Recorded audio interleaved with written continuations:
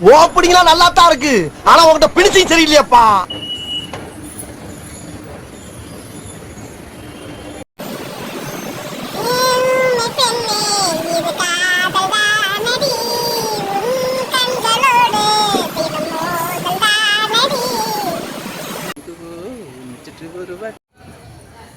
ஐயோ அலாட்டாய்க்கடா, அலாட்டாய்க்க.